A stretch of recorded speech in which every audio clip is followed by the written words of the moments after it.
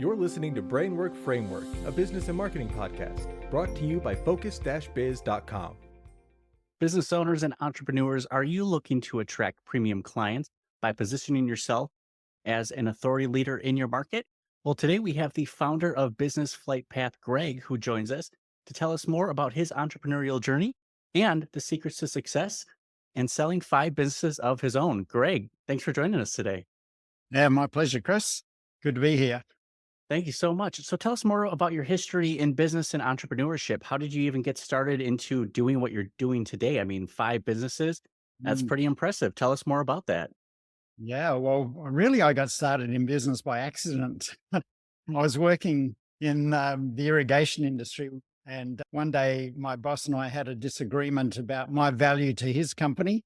And next day I was thinking, well, what am I going to do now? And I had this strange thought. I said, I reckon I can run a business better than that jerk. It's like the villain origin story to any business owner. I really hated working for someone else. Yeah. So, I started up in my own business in competition and was at a bit of a roller coaster ride. I found out I could run a business better than that jerk, but only just with the skin of my teeth. After nearly going bankrupt 4 years, I think the key point for me is I had a record year's sales. So the team was growing. I was building a good sized business, but I went to my accountant because our cash flow was horrible. And I went to my accountant and said, John, his name was, what's happening here? What am I doing wrong? And he said, well, Greg, you've had a record year's sales, but you've also had a record loss. And not something we typically want to hear from our accountant. Not at all. But I said, oh, John, what do I have to do? And he said, well, you've got to increase your sales and reduce your costs. I said, well, I don't need to be Einstein to know that, but what I need to know is how. And he couldn't really give me the answers to that. And that was probably a seed that was planted way back then. That is why I'm doing what I do now, because after that experience, I went out and I found some people who could help me, and I managed to turn that business around. And we went from the brink of bankruptcy to being recognized as one of the leaders in the field in our location in Adelaide, South Australia back then. Eventually sold that business because I had people coming to me and saying, Greg, you seem to be doing pretty well. Can you give us a clue on how to run a business? So I looked at getting into business consulting and sold off the irrigation business and started working as a consultant for a firm, helping small business owners to grow their businesses and to succeed. And during that 4 years I worked for that consulting firm, what I recognized and came to understand was the consulting model was really broken. The typical consultant goes out to deal with a problem that a business owner presents them with. They do an analysis, write up a report, tell them exactly what to do to fix it, and then walk away and say, good luck. They're just kind of left to their own. They say, here you go. That's right. Here's what you have to do. Now go and do it. And my experience with that was most of the people that we wrote reports for, I would go back and talk to them 6 months later and say, how's it all going? And they sort of give me a sheepish look and say, oh, that report there's sitting on the filing cabinet gathering dust. We haven't really used it. We're still struggling along. So I decided that wasn't what I was in it for. I really looked back to my experience in my own business and thought, what would someone like me really need to help them succeed in their business?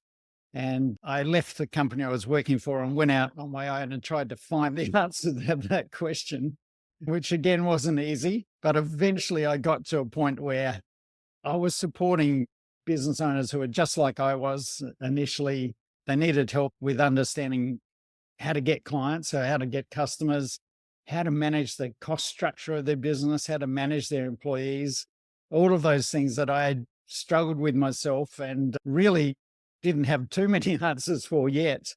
But eventually I had the theory and started to put it into practice and help clients. And eventually they were succeeding.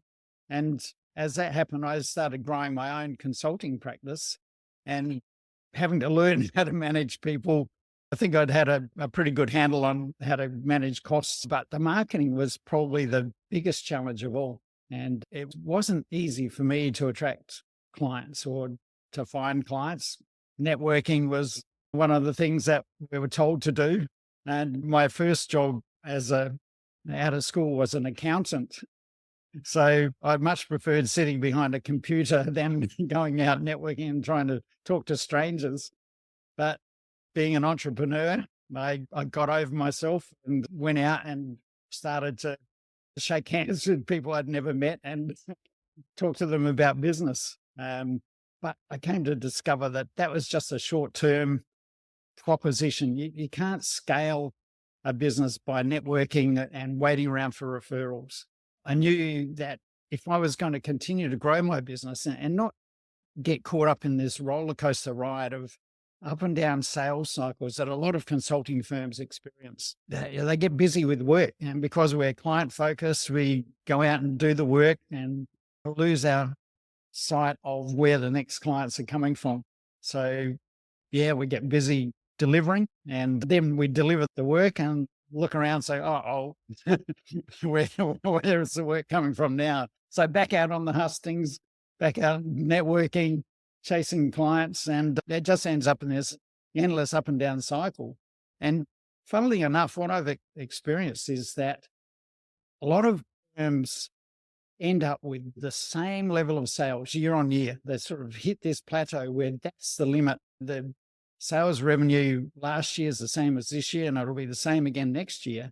But month to month during that year, it's up and down like a yo-yo. So it's just a crazy cycle that business owners trap themselves in by their reactive approach to growing a business. And what I discovered was that I had to break out of that cycle and create a system to attract clients that didn't depend on me. And over the journey, I had to actually work out how to build a business that didn't depend on me. That can be a challenge. That is a challenge. Huge challenge. Well, I don't think most business owners ever get to that point. The biggest challenge, I think, is growing a business that is dependent on the owner. And what I see from most business owners, they actually start a business. And if it does well, if being good at what they do, typically there's a startup. If they get beyond that first stage, first year, we all know the statistics of failures in the first year, but if you can get beyond that and start to grow a business that's reasonably good at or doing what it's supposed to do, without having a plan to create a business that works without you, you actually create a business that works because of you. And when the business only works because of you, it can't grow beyond a certain point. There's a limitation of how much you can control, how much you can keep your fingers on the pulse. So what tends to happen is when you employ people, you create this extra dependency. Every new employee that comes on is ultimately dependent on you because they're coming to you, asking you what to do. How do I do this? What do I do next? And you just create more headaches for yourself. And you create a business that ultimately you can't grow anymore because you can't take any more headaches. And I've often heard potential clients say to me, no, we don't want to grow our business. It's too much of a headache. And I say, well, if you don't look at how you can grow the business, the headaches you have in the business already will not go away. So I think we've looked at that as potentially the answer to running a business successfully is keep it small. But that's not the real answer. That's just a real cop-out, really. And it's about how to grow a business successfully, how to eliminate the headaches. And that takes some forward focus, some looking beyond the now, looking to where you want the business to be, and really creating what it needs to happen. And that means systemizing your marketing, so that your marketing works without you to some extent. I mean, you may be involved in some points, but with creating systems, you do the hard work once and then it repeats over and over again. So most business owners aren't prepared to put in that hard work once. So for some reason, they prefer to deal with the headaches all the time and be reactive and keep putting out fires. And they don't have time to create systems. They don't have time to fix the problems. Which seems to be the opposite of what the intended end result wants to be. They don't have the Yeah. time to put the systems in place, but really they can't afford not to have that time to put those systems in place. Exactly. Yeah. And that was my experience too. I had to decide to take control of my future. And it's a battle because we're all time poor. We've all created a business that depends on us. And if we don't decide to take charge of that and change it, it's just going to continue to be the way it is. So it is an extra burden initially, but it's like anything. Unless you do the work to make the future a possibility, we'll always have a future, but the future that we want, we have to learn to make that possible. And that means going above and beyond. I think it's been said that, successful people are willing to do the things that unsuccessful people aren't willing to do. And that's the biggest challenge, I think, for most entrepreneurs is to go above and beyond that normal limitation and see it as a short-term exercise to create the business that they want and to create the lifestyle they want. And really that takes deciding what that's going to be like, and then putting in the hard yards for a short time to make it possible. And then once you get that to be possible, it becomes so much easier. Absolutely. This message has to be resonating with every single listener out there. For those who are business owners, entrepreneurs, struggling to make things work, I feel a lot of the times that maybe when they hear, I need to put in the work in order to grow my business, when they hear grow my business, they're not hearing revenue or grow my time freedom. They're hearing grow my headaches, which is the perception that they have. They think that they're going to have to do more of the same. And that's the opposite of what you're trying to create and build within someone's business. You're actually trying to create these systems to just kind of run on autopilot, to have more consistency. Within that framework that you're building, is this focused on paid advertising? And is this organic search? Is this more cold outbound? Is there a strategy, or is it a little bit of everything? Well, I think the word strategy is the critical word here. But what I found is that the strategies change depending on the size and stage of the business that you're in.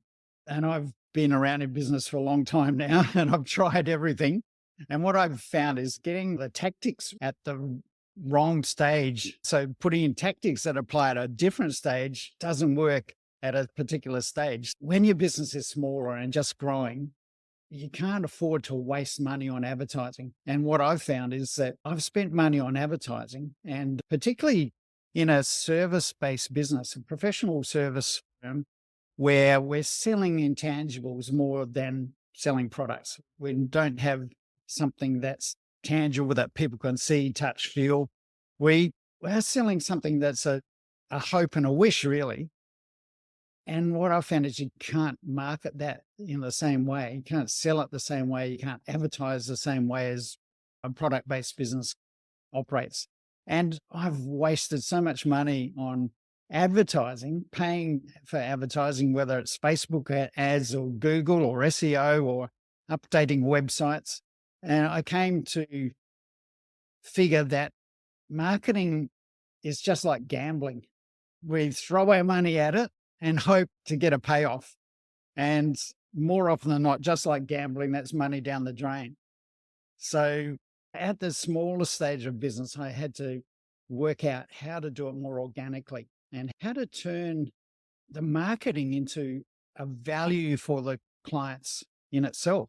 So we can't sell to people. People resist selling. It's just come to a point where we hate being sold. And I think we've had so many bad experiences with people pressuring us and trying to sell to us that we resist selling, but we're open to learning how to solve our problems.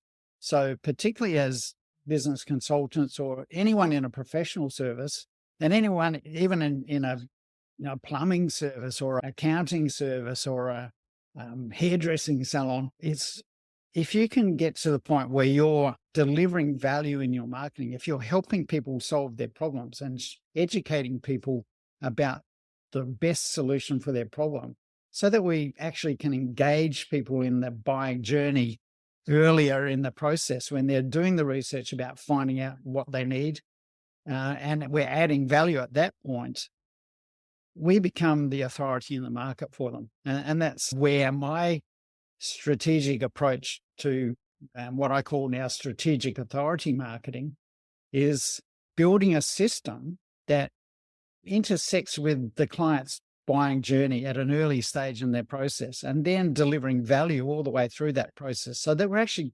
leading the client by the hand, almost taking them through that journey, giving them what they need, educating them, helping them to understand what the best solution is. And when they see that we offer that solution, they're not going anywhere else at that point. They're just coming along and say, I need your help. How do I start? So, yeah, coming back to the strategy, and whether it's paid advertising, organic, the stage of your business determines whether you do it organically or you can advance to more paid strategies. And it really is about escalation. But the thing about the strategy is you've got to prove that the system, the methodology you're using actually sells. You want to prove that you have an offer, that they're willing to pay you money for it. When you prove that organically, then you can scale it with paid advertising. And all too often, we do one before the other. We think we just need to put money into paid ads, and suddenly throwing money at it will solve the problem. We don't have the official offer. We don't know what the price point is. Yep. We don't know how we're communicating this to our audience just yet. So we can't scale. Again, you're finding the right solution, but at the wrong time, and it's just not the right fit right now. But I love the focus on value-driven content and providing them answers to questions. You're solving problems.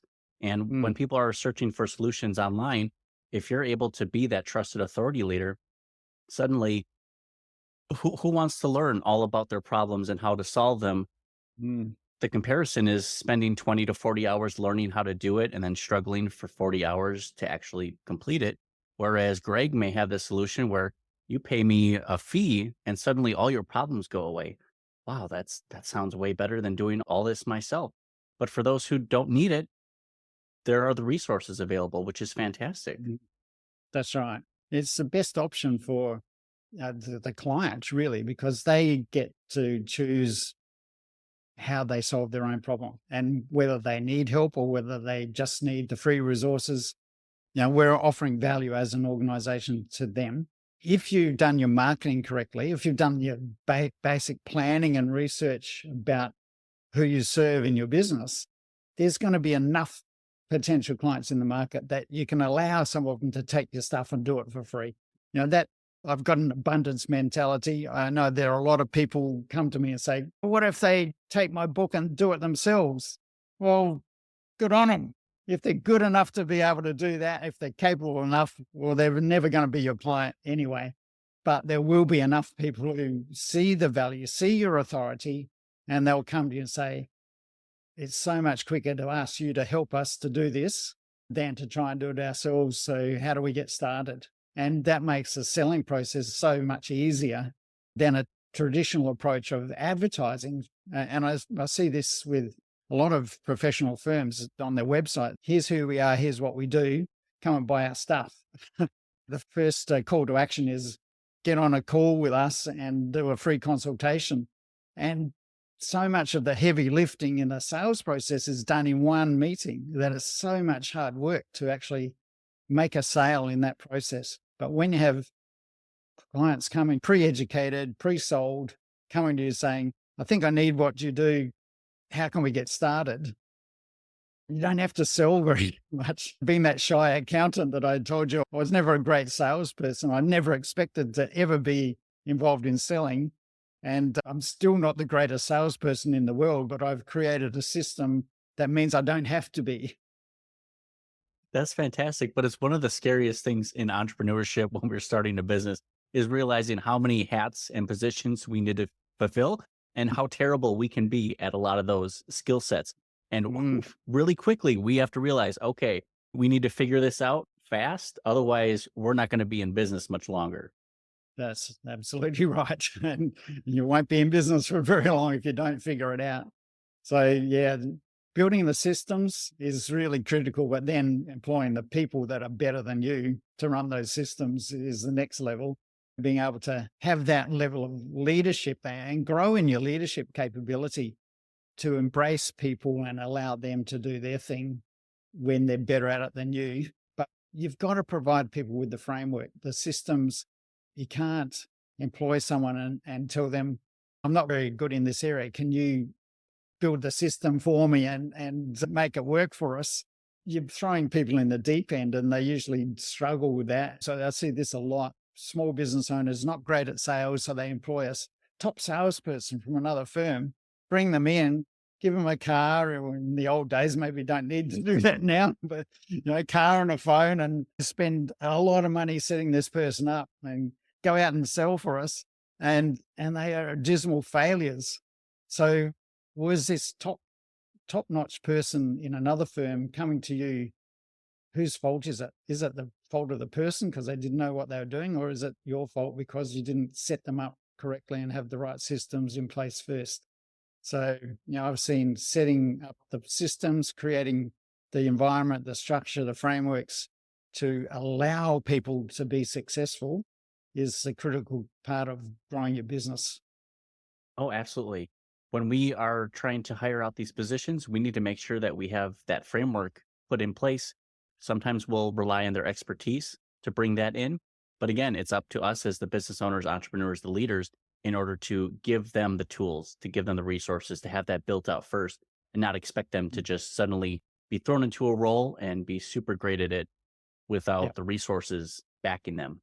And I think that applies in whether you're employing someone in-house or you're outsourcing part of the business. You've got to delegate, not abdicate. And I think that's the critical part. And when you delegate what needs to be done, you've got a system for how to do it, and then you're delegating it to someone else to run your system. But I've seen so many people abdicating responsibility for it and saying, I don't know how to do this. We'll outsource it to a marketing consultant or someone who's supposed to know how to do it. And then it turns into a dismal failure. I've had that experience. I've learned the hard way in that. We employed marketing consultants to try and help us get clients. And that was another part of the gambling experience of throwing money at a problem and hoping it paid off. The consultants didn't know our business as well as we did. And it was different to other businesses. So they had to start from a long way back to even hope to be successful. So when it came to and I knuckled down and worked out the systems. And being the sort of person I am, I'm quite systems oriented, as you can probably tell by now.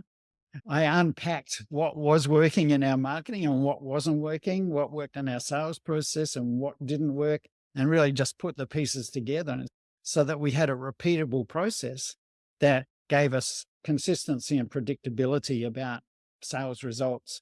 And then when we systemized that, we were able to scale it. And we didn't need external consultants to do it for us anymore. We employed people and delegated that responsibility in-house and made it work very well. That is fantastic. Now, Greg, for anyone listening who really is excited about everything that you're describing here, what are some resources either online? Is this YouTube videos, either podcast or a book, or maybe a resource from your website for people who want to kind of dip their feet into systematizing their business, their process, into learning more and taking those next steps? Well, you can actually find all of those resources if you do a search for Greg Roworth on YouTube or LinkedIn or Facebook, or go to my website at businessflightpath.com. There are some free resources there, some ebooks and video trainings. But I think for anyone who's really wanting to and is serious about growing a business, I've got a book called Cracking the Code, which is available at crackingthecodebook.com.au. And that's a $7 Australian dollars, so it's cheaper in the US. So very inexpensive way to start, but you can get hold of that book online at crackingthecodebook.com.au. And that goes through the process that we've been talking about today, how to create a business that works for you, not because of you. That's fantastic. Now, what is on the roadmap for Business Flight Path for Greg yourself? What's on the roadmap for 2024 and beyond? What are the goals? What are you striving to achieve this year and next year? Yeah, good question. Really, for me, it's about taking the business that I've recreated from the last one that I sold.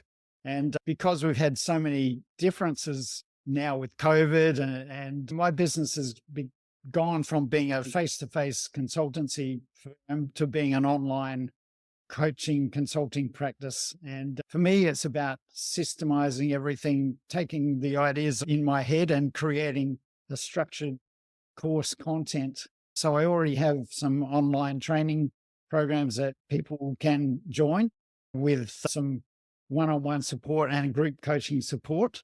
So it's about building out the curriculum and extending that process for me and freeing myself up from having to be working one-on-one with clients all the time. And what I'm discovering is that people get so much value out of a group format that they're getting very smart people who are going through the process together, and they can all contribute to each other's success. And it doesn't take so much of my effort. And sometimes they come up with better ideas than I have.